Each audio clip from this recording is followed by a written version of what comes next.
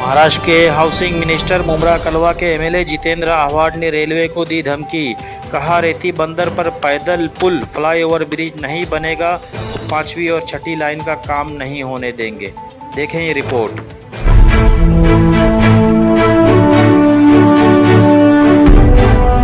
सवेरा news network को like करें, subscribe करें और बेल आइकन दबाना ना भूलें। ये सब झूठ है, वो सब झूठ पूजन किया था। वहां से जाने वाला जो एफओबी है उसमें कोई अलाइनमेंट में बदल नहीं हुई है। इसलिए मैं हर बार कह रहा हूं कि एमआरबीसी और सेंट्रल रेलवे वहां पे जो 50-100 लोग मरे हैं उसके लिए जिम्मेदार है। जिम्मेदारान हरकत जो सेंट्रल रेलवे और एमआरबीसी ने की है उसके वजह से 100 लोग मरे हैं, और ऐसा ही उनका बर्ताव रहा कि वो गैर जिम्मेदारान हरकत करते रहेंगे तो उनको 5th-6th लाइन डालने नहीं देंगे।